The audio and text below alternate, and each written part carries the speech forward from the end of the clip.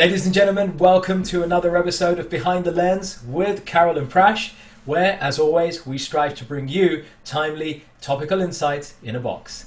Today, we want to talk about compassionate leadership.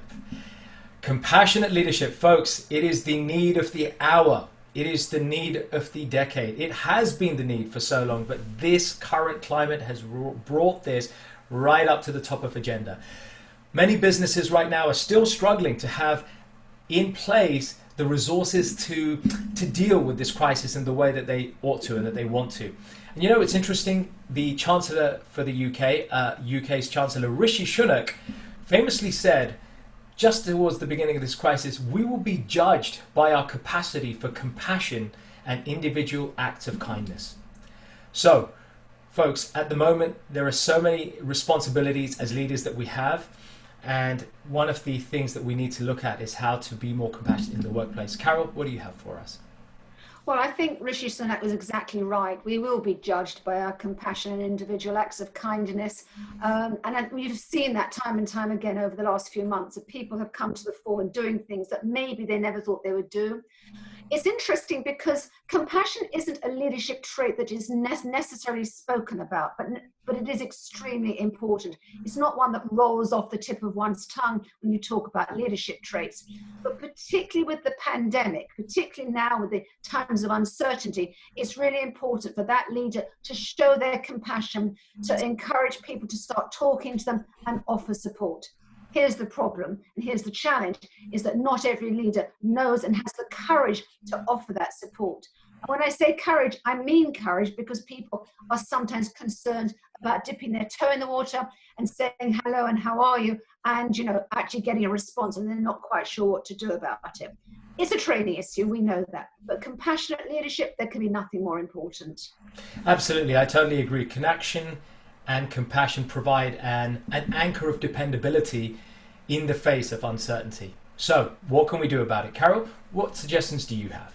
Okay, the first one is for the manager to actually look at humility, to show vulnerability and to seek feedback. If you show that vulnerability, then somebody will be more encouraged and feel more encouraged to speak to you. So that's first of all. Second of all, get stuck in. Get your sleeves rolled up, get yourself involved, find out what's going on and get yourself involved with what's going on. Not necessarily just stand on ceremony, but to really get yourself involved. And thirdly, to be a person of influence, not a person who's necessarily of authority, not necessarily to demand. You want to encourage hope and positivity. That's what you want to do. So compassionate leadership is something that's really a fundamental trait to everybody. I really love that, and that really speaks to me close to the heart. As somebody who is an expert in conscious leadership, it is so important that we understand that compassionate leaders embrace conscious leadership. It is very much a part of being a conscious leader to show compassion. And let me just add 3 little tips on top of the excellent suggestions you've already given, Carole. Folks, first of all, let's look at extending well-being for workers. Those who are, whether they're furloughed or not, to extend that well-being support through employee assistance programs, through providing regular well-being check-ins, through making sure that communication is strong and pointed, as we discussed in a recent episode. It's really key to be able to do that. Secondly, empathize more, but impose less. I'll say that again, empathize more, but impose less. I think there is a tendency as leaders, it's that big distinction between a leader and a manager, right?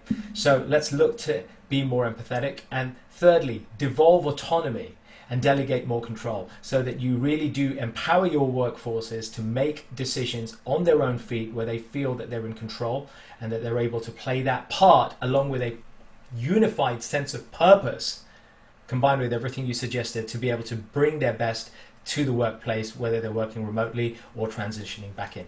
That's it from me. Carole, any last words? I would say there's nothing more powerful than a person who's driven from the heart. If you have somebody that's driven from the heart, then they're there, they're with you, they're on board. You just have to get to them. Absolutely, I couldn't agree more. Compassionate and conscious leaders lead with heart, lead with purpose. That's it from me. Thank you, folks, for tuning in as always. Bye for now.